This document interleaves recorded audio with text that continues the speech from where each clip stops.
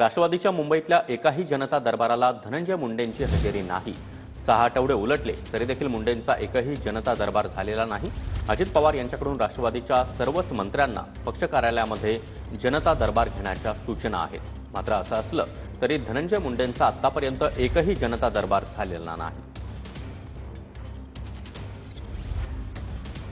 आणि या संदर्भात अधिक माहिती देण्यासाठी अक्षय मंकनी आपल्यासोबत आहेत। अक्षय, अजित पवारांचा आदेश आहे मात्र तरी देखील धनंजय मुंडेंचा एकही जनता दरबार आतापर्यंत होऊ शकलेला नाही।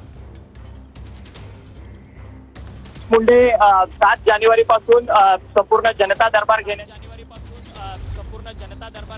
राष्ट्रवादीच्या सर्वच मंत्र्यांना दिले गेलेले होते, परंतु धनंजय मुंडे हे अद्यापही कोणत्याच जनता दरबाराला उपस्थित राहिलेले नाहीत। जनता दरबाराचे जवळपास 6 आठवडे जे आहेत ते आतापर्यंत पूर्ण झालेले आहेत, परंतु धनंजय मुंडे हे कोणत्याच जनता दरबाराला उपस्थित राहिलेले नाहीयेत। त्यामुळे